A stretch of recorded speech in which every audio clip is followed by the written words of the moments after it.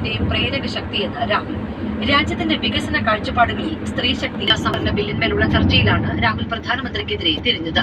Not നിരോധനത്തിന്റെ മജീഷ്യനാണ് മോദിയെന്ന് Rahul ഗാന്ധിയുടെ പരാമർശത്തിൽ പാർലമെന്റിൽ ബഹളം. മോദിയെ ജാലവിദ്യക്കാരനോട് ഉപമിച്ചായിരുന്നു രാഹുലിന്റെ പ്രസംഗം. ജാലവിദ്യക്കാരൻ ഒടുവിൽ പിടിക്കപ്പെട്ടു. ബാലക്കോട്ടും ഓപ്പറേഷൻ സിന്ദൂറും ജാലവിദ്യ. മാജിക്കുകാരനും ബിസിനസ്സുകാരനും തമ്മിൽ ബന്ധമുണ്ടെന്നും രാഹുലിന്റെ പരാമർശത്തിനെതിരെ കടുത്ത പ്രതിഷേധത്തിൽ രാഷ്ട്രീയ ലക്ഷ്യങ്ങളുണ്ടെന്ന് പ്രതിപക്ഷം ആരോപിച്ചു.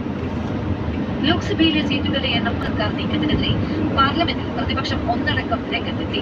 നിലവിലുള്ള 543 മണ്ഡലങ്ങളുടെ അതിർത്തികൾ പുനർനിർണയിച്ച് അതിൽ വനിതാ സംവരണം നടപ്പാക്കണമെന്നാണ് പ്രതിപക്ഷത്തിന്റെ പ്രധാന ആവശ്യം. കേന്ദ്രത്തിന്റെ നിർദ്ദേശം ഭരണഘടനാ വിരുദ്ധമാണെന്നും കോൺഗ്രസിലെ മുഖ്യമന്ത്രി പോലെ മുസ്ലിം ലീഗ് നേതൃത്വത്തിന് കടുത്ത അതിർത്തി. UDF ജനങ്ങളുടെ മുന്നിൽ പരിഹാസ്യരാകുന്നു എന്ന വിലയിരുത്തലാണ് ലീഗ് നേതൃത്വം പങ്കുവച്ചത്. അതിർത്തി പരസ്യമാക്കിയിരിക്കുകയാണ് മുസ്ലിം ലീഗ്. പരസ്യ ചർച്ചകൾ എന്തിനെന്ന് മുസ്ലിം ലീഗ് നേതാവ് PMA സലാമിന്റെ ചോദ്യം.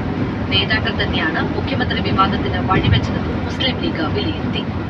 നേതാക്കൾ പരസ്യ പ്രതികരണം തുടർന്നാൽ ഹൈക്കമാൻഡിന്റെ ഇടപെടൽ ആവശ്യപ്പെടാനും നീക്കമുണ്ട്.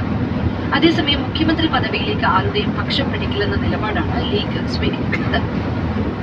പ്രതിപക്ഷ നേതാവ് VD സതീഷിനെതിരെ പരോക്ഷ വിമർശനവുമായി MK രാഘവൻ താല്പര്യമില്ലാതിരുന്ന തന്നോട് തോൽക്കുന്ന സീറ്റുകളിൽ മത്സരിക്കണമെന്ന് പറഞ്ഞ ആളുകൾ തന്നെ ഡൽഹിയിലെത്തി MP-മാർ മത്സരിക്കേണ്ട എന്ന് വാശി പിടിച്ചെന്നും MK രാഘവൻ കുറ്റപ്പെടുത്തി.